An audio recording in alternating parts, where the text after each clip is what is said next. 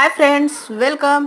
मी आज माझ्या घरची साफसफाई केली आहे, म्हणजेच मिक्सर वगैरे क्लीन करून घेतले. पण त्याआधी आज शेगडीकडे एवढी घाण झाली होती ना ती, कारण मी स्वयंपाक करताना माझं लक्ष नव्हतं आणि मी किचनमध्ये तसंच स्वयंपाकाला भात वगैरे ठेवला आणि मी हॉलमध्ये बसले होते, काही कामं होते माझी.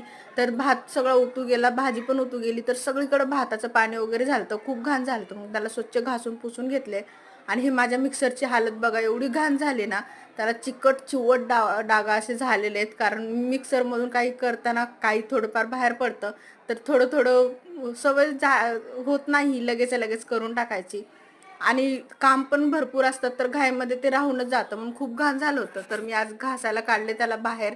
असं पुसून तर ते क्लीन होणार नव्हतं, म्हणून व्यवस्थित घासून घेतलं. तर एवढं स्वच्छ आणि चकाचक दिसते ना, खास करून चमकल्यासारखं वाटतंय. तसं मी महागडे प्रोडक्ट यूज करत नाही. आपल्या घरचे जे लिक्विड आहेत, विम लिक्विड वगैरे, त्याने सगळं घासून घेते आणि स्वच्छ धुवून घेते.